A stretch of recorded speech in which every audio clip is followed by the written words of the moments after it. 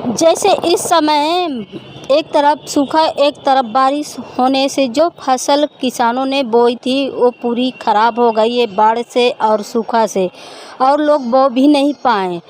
तो इस समय किसान काफ़ी परेशान हैं कि पूरे उत्तर प्रदेश के की जो किसान फसल बोए वो भी कमाई नहीं हुई और ना कुछ सरकार की तरफ से कोई लाभ मिला, क्योंकि एक नियम होता है कि जो फसल बीमा योजना है उसमें लोग बीमा कराते हैं, उस कंपनी या यहाँ विभाग कृषि विभाग द्वारा उन लोगों को मुआवजा के रूप में पैसा दिया जाता है।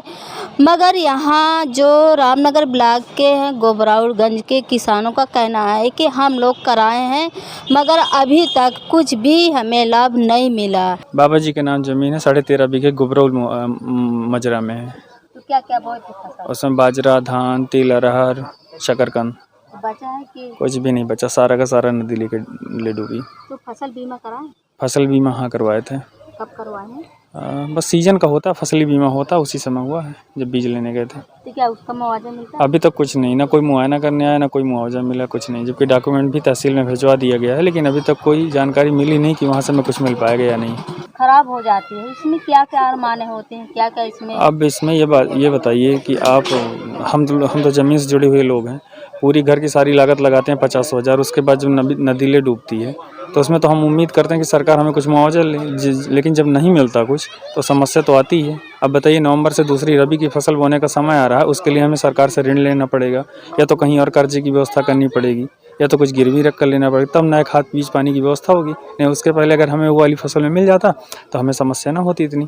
पिछले साल भी ऐसे ही हुआ है, पिछले साल काफ़ी नुकसान हुआ, उस साल तो कुछ मिला ही नहीं हम लोगों को। कभी लोग आप लोग मांग नहीं करते? कभी हमेशा कहे हैं, अब क्या करें, सरकार के खिलाफ क्या खड़े हो जाएं आंदोलन में। मांग करने के तरीका जो सिस्टम होता है उस हिसाब से मांगते हैं कानूनी प्रक्रिया से, लेकिन उसमें भी जिम्मेदार जब ध्यान नहीं देते तो बड़ी तकलीफ होती है, क्योंकि किसान देश की रीढ़ की हड्डी है। अगर वही टूट के बिखर जाएगा तो बताइए देश का क्या होगा, राष्ट्र का क्या होगा, हमारे समाज का विकास कैसे हो पाएगा। सर्वे हुआ, लेकिन हर गांव-गांव में जाके सर्वे करने वाले गांव नहीं गए, बस दूर दराज से सर्वे करते हैं, कागजों पे कार्य होते हैं। इनको मौखिक रूप से कार्य करने का आदत पड़ गया है, इसलिए ये लोग जाके गांव-गांव में सर्वे करेंगे तो उसका मूल्यांकन इनको सही ढंग से मिलेगा। बाकी हम सरकार से तो ये अनुरोध करेंगे कि ये कार्य में लापरवाही कर रहे हैं, बाकी सरकार की मंशा बहुत सही चल रही है। क्या जो सूखा घोषित होने वाला है सर्वे के हिसाब से, तो क्या लोग जो अगहनी फसल है वो पाई? वो तो जानवरों के द्वारा चट हो चुकी, पहली बात जो भी थी वो जानवरों के द्वारा चट हुई।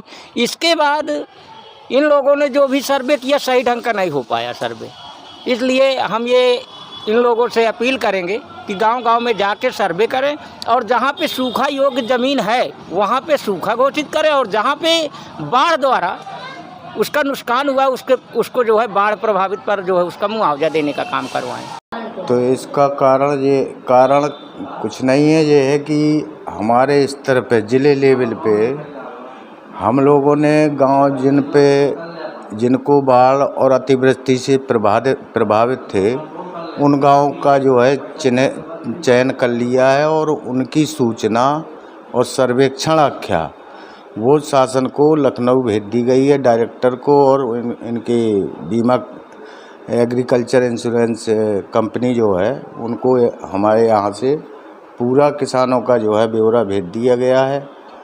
और जो है असफल बुवाई नहीं कर पाए थे किसान, कुछ विलम्ब से वर्षा होने के कारण, उन गांव का भी सर्वे किया गया है। तो वो गांव जो है 68 गांव इस तरह के जनपद में थे, जो हमने जो है उनका सर्वे अपने कर्मचारियों से कराकर और बीमा की टीम ने करके साथ में संयुक्त सर्वे कराकर 68 गांव का सर्वे जो है भेज दिया है।